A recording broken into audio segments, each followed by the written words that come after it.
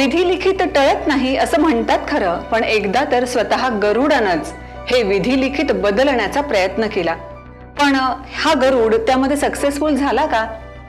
एकदा झालं असं होतं, भगवान विष्णू आपल्या वाहनावर म्हणजे गरुडावर बसून स्वतः कैलास पर्वतावर गेले होते महादेवाला भेटण्यासाठी. जेव्हा गरुड बाहेर थांबला आणि भगवान विष्णू आतमध्ये गेले, तेव्हा कैलासाचं सगळं सौंदर्य न्याहाळण्यामध्ये हा गरुड बिझी झाला होता. आणि इकडे तिकडे बघत असतानाच त्याला एक अतिशय छोटासा आणि सुंदर पक्षी लक्षात आला. तो पक्षी दृष्टीस पडल्यानंतर या गरुडाला त्या पक्षाकडे बघून इतका आनंद झाला की हा सतत त्या पक्षाकडेच बघू लागला. आणि तेवढ्यात गरुडाला चाहूल लागली की आणखी कोणीतरी आलंय. म्हणून बघितलं तर स्वतः यमराज या शंकराच्या भेटीसाठी आलेले होते. आणि यमराजाकडे गरुड पाहत असतानाच यमराजाची दृष्टी त्या पक्षावर अशा रीतीनं पडली की त्यांच्या नजरेतून गरुडाला लक्षात आलं की जेव्हा हे यमराज बाहेर येतील तेव्हा या छोट्याशा पक्षाचे प्राण गेलेले असणार आहे.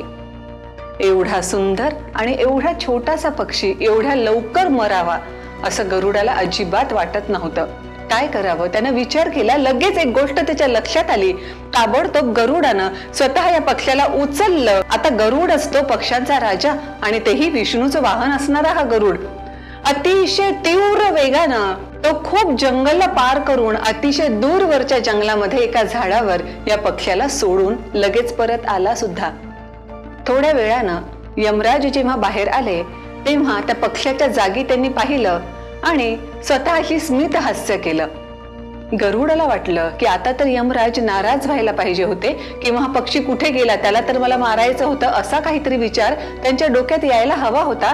पण हे तर स्मित हास्य करतायत, नेमकं काय झालं असेल? हाच प्रश्न गरुडानं जेव्हा यमराजाला विचारलं तेव्हा यमानं सांगितलं, तो जो छोटासा पक्षी होता ना त्याचा मृत्यू अनेक जंगल ओलांडून त्याच्याही पुढचं एक जंगल जे आहे त्या जंगलातल्या एका झाडावर होणार होता. एक साप त्याला तिथे खाणार होता.